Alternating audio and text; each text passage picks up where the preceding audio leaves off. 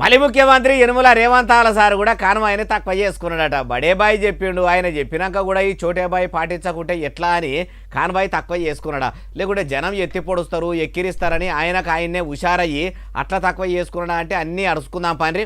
దేశ ప్రధాని Narendra Modi sir petrol diesel వాడాలని దేశ ప్రజలందరికీ పిలుపునిచ్చిండు కదా.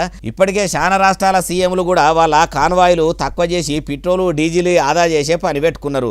అటు పాలి రాష్ట్రం ఏపీలో కూడా ముఖ్యమంత్రి నారా చంద్రాలు సారే కాదు, డిప్యూటీ సీఎం పవనాలు సారు, చదువుల మంత్రి లోకేశం సారు కూడా కాన్వాయ్ తక్కువ చేసి సమురు కమ్మి చేస్తామని చెప్పిండు. వాళ్ళ కథ అట్లుంటే ఇక ఇప్పుడు తెలంగాణ మలి సర్కార్లో ముఖ్యమంత్రి గిరి చేస్తున్న సీఎం రేవంతాల సారు కూడా ప్రధాని సారు చెప్పినట్టే పెట్రోల్ ఆదా చేస్తేందుకు కాన్వాయ్ను తక్కువ చేసుకున్నడే కాదు, పబ్లిక్ కు తిప్పలు కాకుండా ఆయన బండ్లు అందరితోని కలిసిపోతాయని నా కోసం ఎవ్వరు వాహనాలు ఆపొద్దు, ట్రాఫిక్ జామ్ చేయొద్దని ఆఫీసర్లకు ఆర్డర్ వేసిండట.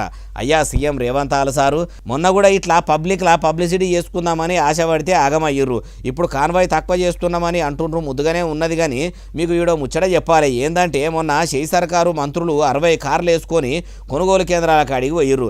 మొదలు మీరు మీటింగ్ పెట్టి మీ చేయి సర్కారు మంత్రులు, ఎమ్మెల్యేలు, ఎమ్మెల్సీలు అందరూ కూడా ఒక్క కార్లనే పట్టిన కాడికి ఎక్కుకుంటా పెళ్లి పేరంటాలకు సాగు దినాలకు పోవాలని చెప్పుర్రి. అట్లనే గాలి మోటార్లను ఎవ్వరు వాడొద్దని ఆర్డర్లే ఎర్రి. ఎందుకంటే ఎక్కువ పెట్రోల్ మీది మోటార్కే ఎక్కువ కాలుతుంది కదా.